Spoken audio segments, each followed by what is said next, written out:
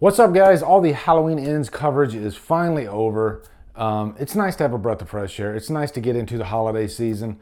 But recently when I did my documentary, Beginning to Ends, there's a section during the Halloween Ends section that I have an interview with David Gordon Green, and he talks about his influences when he did that movie. And one of the movies he talked about was Butcher, Baker, Nightmare Maker. I had never seen this movie, but immediately after seeing Halloween Ends, I was like, I gotta see what the connection is here. So I watched Butcher, Baker, Nightmare Maker, which is on Shudder, and we're gonna review it. So let's do it.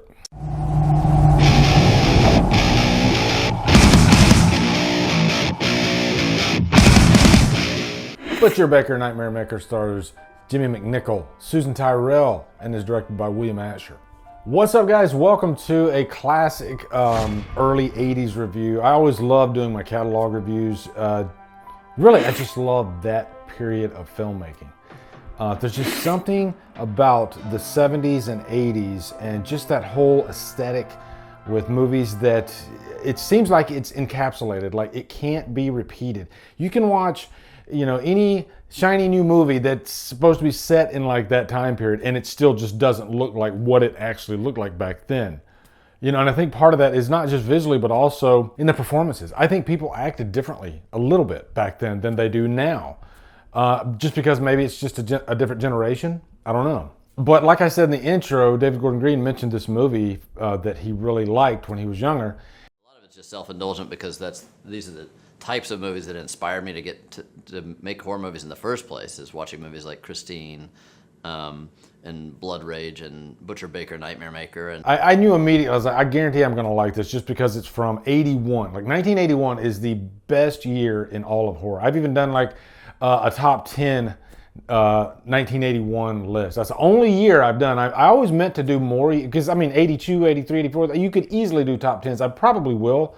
But I definitely wanted to capture that one first just because, to me, that is the best year in horror. Prove me wrong. And technically, this one did come out in 81, even though it was only released in Oregon for some reason in 81. But then in 82, they gave it a wide release. A chilling tale of a young boy and girl, innocent victims, now targets of a frenzied obsession with murder. See the award-winning Night Warning. But anyway, let's give you a quick plot synopsis. What is Butcher, Baker, Nightmare Maker about? It's not really a slasher. It's more of a psychotic horror. Like if you were looking on Shudder and they have all these different sections, this would be under like psychotic women section. They literally have that. They have if you want to, like, I really want to look at psychotic women today. They have a section and you can find all like the loved ones, stuff like that. This is definitely in that category. But at the beginning of this movie, there is this tragic car accident, which is easily one of the most violent scenes in the movie. You're definitely going to get like Final Destination 2 vibes because there's this freaking, I think it's a log truck, and the brakes don't work on the car. And you have this this family, this husband and wife, they can't stop. So their car goes directly into the back of the truck, the log truck, and the log comes through the window, through the husband's face. So you start off with a nice little gnarly kill. But they left behind their son who didn't go with them. So the aunt, Cheryl, played by Susan Tyrrell, she has to look after the child whose name is Billy. It seems like there are a million characters in horror named Billy. And this is another one. But right away you notice, let's rip the Band-Aid off, an incestuous type of relationship, It doesn't go overboard until the very end, then you'll okay, they're hammering it home. But it's like she rides the line constantly, just overly affectionate with him.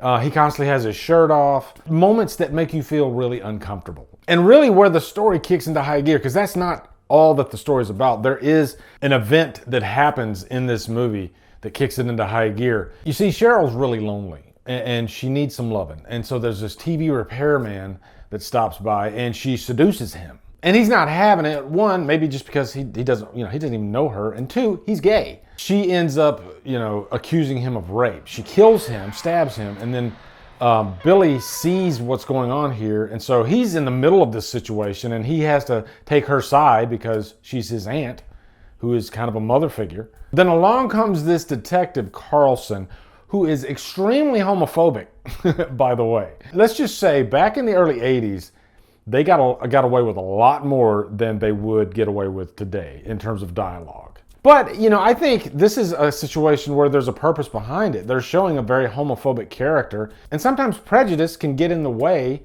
of law, and he wants to nail this kid, Billy, to the wall because he thinks Billy's gay, or he accuses him of being gay. He thinks that Billy had some kind of fling going on with the TV repairman, and then it didn't go, you know, lovers quarrel, and then he killed him. So Carlson's way off, which means he's not really that great of a detective.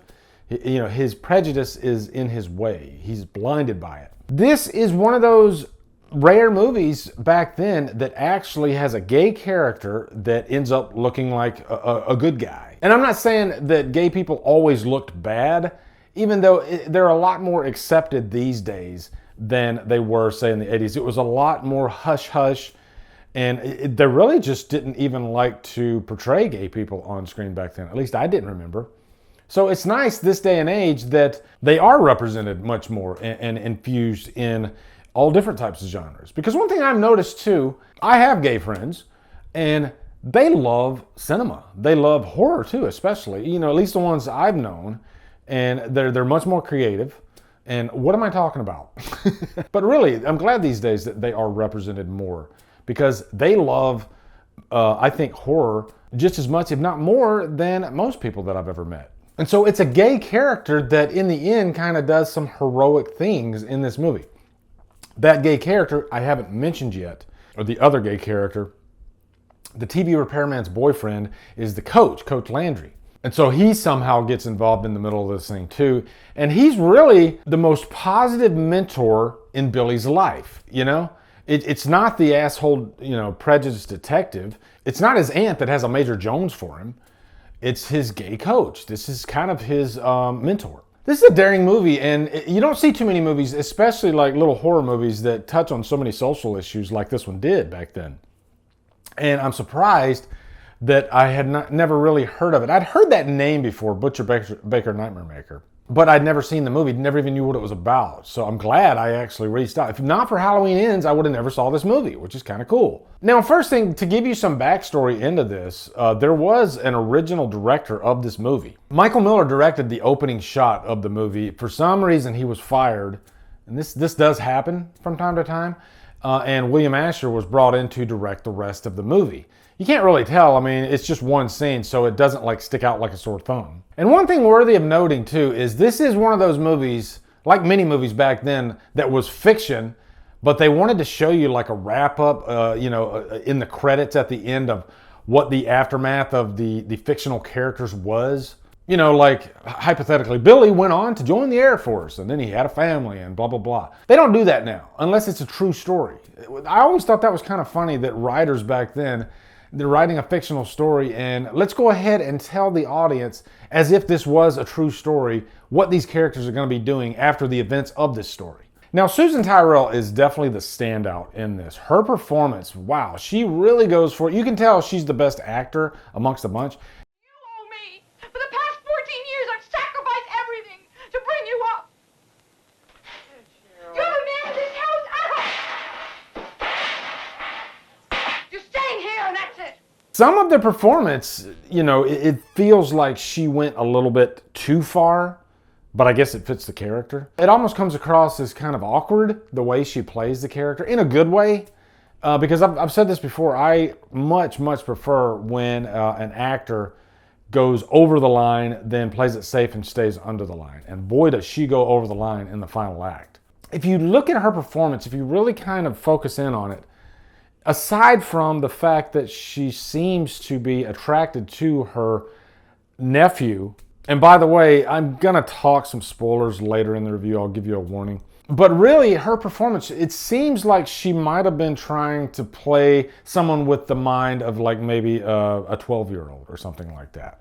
And I think people that are involved in tragic events, maybe it does something to their psyche and they end up being kind of stuck at a certain age range in their own mind. I'm not a freaking psychologist, so gonna get myself in trouble, but that's, I've heard cases of this happening before. And you can look at like Lance Henriksen, when he played Bishop in Aliens.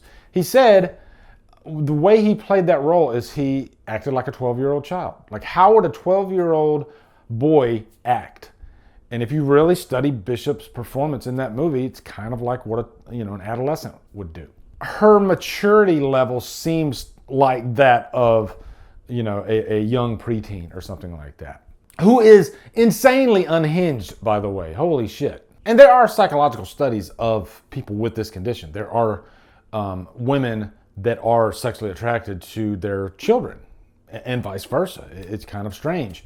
And she goes as far as to poison him, trying to stop him from leaving the house because he is in a senior year in high school and he wants to get a scholarship. And so she poisons him with milk, which it's funny that she uses milk because you can kind of look at that as like a motherly thing. That's what she uses to poison him. And we've seen so many movies like this where a character is disabled in a certain way, whether it be they're poisoned, whether it be like Misery, where Paul has no leg, his legs are crippled. Something to hold the character back from escaping. And we always love that stuff because we're gripping our seats. We want them to be able to escape. And to make matters even more interesting, Billy has a girlfriend by the name of Julie in the movie. And Julie, wow, she gets, talk about dating the wrong guy, right? Like, she gets stuck in this horrible situation where she is hit over the head. And that's not the end of it. She has to struggle throughout the final act. And there's one scene where they're in this pond and Cheryl hits her over the head with a rock. It's acting, I get that. But sometimes you can look at a scene and you can tell that those actors are really going for it. There's been cases like Stallone. He'll tell people, we're in the ring now, we're gonna do this fight. I want you to go ahead and give it hell for the next 30 seconds. Really hit me. And that's what this scene seems like. That poor actress who played Julie, she looked like she probably not feeling that great after that scene was over. Probably feeling pretty sore. But the end result is pretty entertaining. Now, I guess diving into the spoilery section of the review, you find out in the end that Cheryl is in fact Billy's mother. And immediately I thought of Psycho 2. Remember in Psycho 2? And I don't remember, did Psycho 2 come out after this? Yeah, I think it did. Or did it come out the same year? 81. So actually Psycho 2 might have come out right before this. But the two scripts might have been written around the same time, so maybe it was just a happy accident. But in Psycho 2, remember, the old lady turned out to be Norman's actual mother. And so that's what happens at the end of this movie. The big showdown, the big fight between Billy and his mother, she's like wrapping the freaking phone cord around his neck. And this is where she really just goes for it. And she's like kissing him, she licks his neck. To let you know, okay, there's no question whatsoever. She definitely is crazy and has the hots for her son.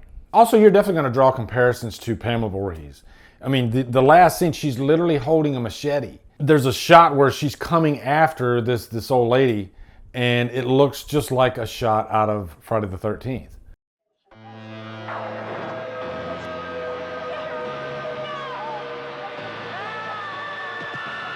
I think Susan Tyrrell, maybe she was in line to play Pamela Voorhees. I don't know, because she's really going for it. She reminded me of Pamela Voorhees. But as far as any cons, there are none. I loved this movie so much. And you might pick apart maybe some of the acting. By the way, Bill Paxton's in this, which is freaking awesome. Very young Bill Paxton. He's got a small part. The acting in this movie, it feels like that early 80s.